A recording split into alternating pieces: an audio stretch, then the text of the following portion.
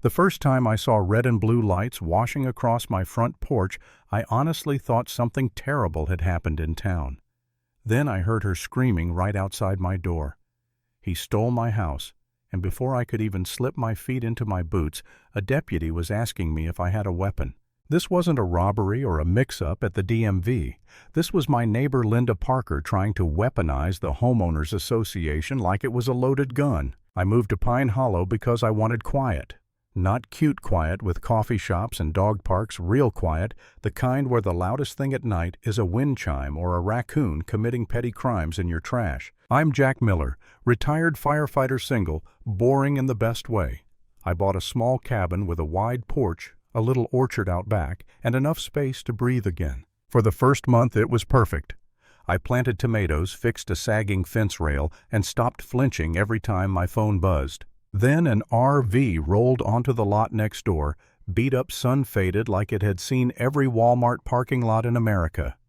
A woman hopped out wearing oversized sunglasses and carrying a clipboard like it was a badge. She didn't wave. She didn't introduce herself like a normal human being. She looked at my house the way people look at a menu when they've already decided what they're ordering. "Hi," I said, "I'm Jack." She tilted her head. "Linda Parker, president of the Pine Hollow Homeowners Association." I actually laughed because there was no HOA in Pine Hollow. Not on my deed, not on the county map, not in the mailbox, not in reality. "Oh yeah," I said. "Which one?" She smiled like I'd asked a stupid question. "The only one that matters. We manage standards around here. Standards. In a rural pocket of cabins and dirt lanes, standards." The next day I found a violation notice taped to my mailbox in glossy paper. It said my porch light was non-compliant and my visible compost container was aesthetic pollution. It had a logo that looked like something you'd make in 5 minutes on a free website. And at the bottom, her name in bold with HOA President typed under it like a threat. I brought it inside, set it on the counter, and told myself to ignore it. People like that feed on reactions. But Linda didn't stop. Every morning it was something new. My grass, my paint color, the tone of my wind chimes. She'd stand at the edge of my property line, clicking a pen, taking notes like she was auditing my existence. A week later, she marched up my porch steps without asking, like she owned the boards under my feet. She had a folder tucked under her arm and that tight smile that means she thinks she's being generous. "Jack," she said, like we were old friends, "I've been thinking." I leaned against the doorframe.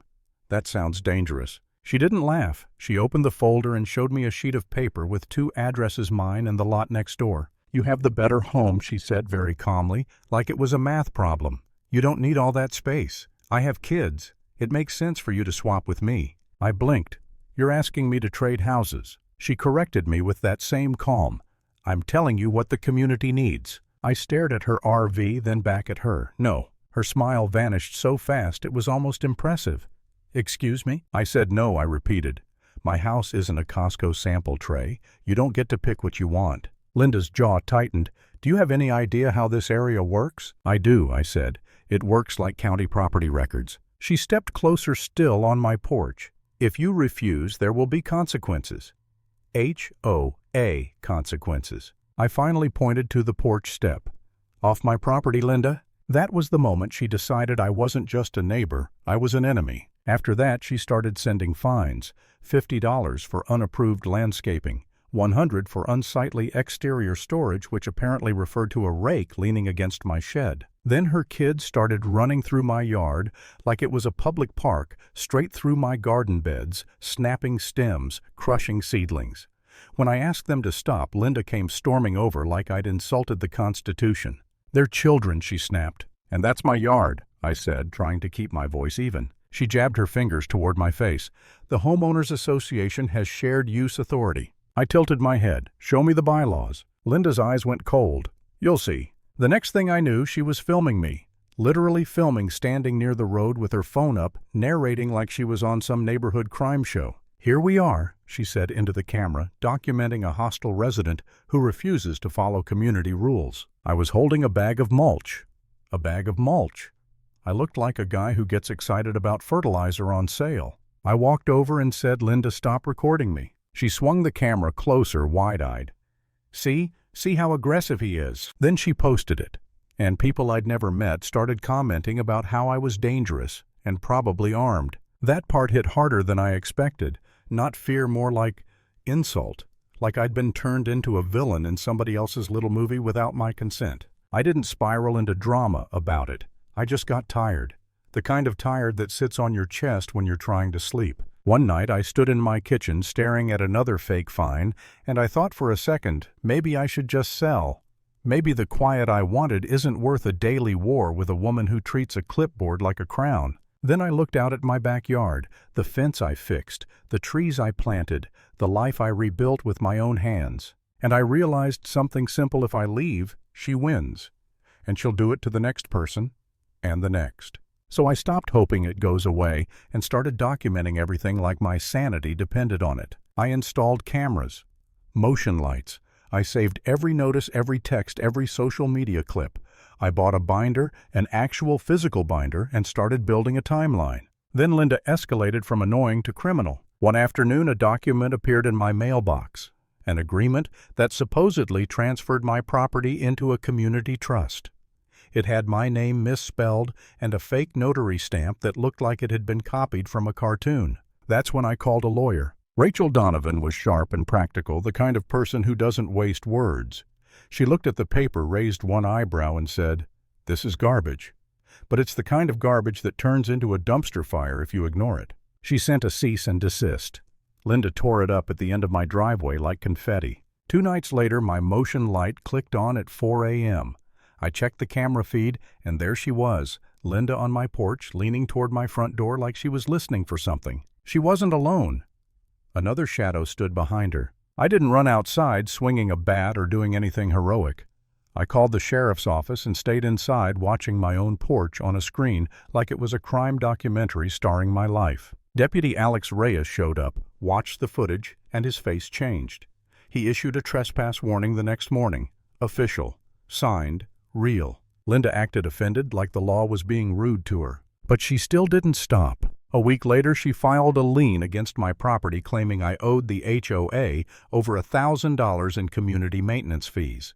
There was no community fund. There was no maintenance crew. There was just Linda and her imagination. Rachel moved fast.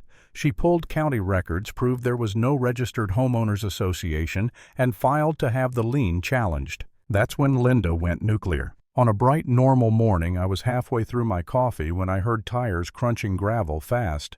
Then a hard knock. Not neighbor knocking, police knocking. I opened the door and saw 3 squad cars. Deputy Reyes was there too, looking annoyed before he even spoke. "Jack," he said, "we got a 911 call. A woman says her home is being occupied by a man refusing to leave." And there, standing behind them, arms folded, sunglasses on like she was starring in a courtroom show, was Linda Parker. She pointed at me. "That's him. He's trespassing. He stole my house." I looked at Reyes and said very calmly, "Do you want the deed, or should I just pull up the county website on my phone?" Linda snapped, "He's lying. He's manipulative. That's what people like him do." Reyes held up a hand. "Ma'am, quiet." I stepped inside, grabbed the folder Rachel told me to keep by the door, and handed over my deed, my tax bills, and a utility statement with my name and address. Reyes flipped through it, then turned to Linda. "Ma'am, do you have anything official that shows you own this property?" She hesitated. "I have documentation. The homeowners association." Reyes cut her off. "The HOA doesn't override county ownership." Linda's face tightened. "But I'm the president." Reyes stared at her for a beat. "President of what exactly?" She opened her mouth, then closed it. Like her brain finally realized reality wasn't going to bend just because she demanded it. Reyes stepped closer to her. "You filed a false report. You also have a trespass warning on this address. Do you understand what you're doing?" Linda's voice got shrill. "I'm protecting the community." "No," I said, still standing in my doorway. "You're trying to steal my house because you like my porch." That line made her snap. She started shouting about standards and jurisdiction and how I was a menace. Reyes didn't argue. He just took out his notepad. A few weeks later, she tried one last trick. She and a friend showed up at 2 a.m. with flashlights, claiming they were inspecting my fence line for compliance. My camera caught everything. The sheriff's office caught the rest. And when Linda finally tried to sue me, the guy who wanted nothing except peace, Rachel walked into court with that binder and dropped it on the table like a cinder block. Videos, fake fines, the bogus lien, the forged document, the 911 call, the trespass footage, the live stream clips. The judge didn't raise his voice. He didn't grandstand. He just looked at Linda and said, "There is no registered homeowners association here.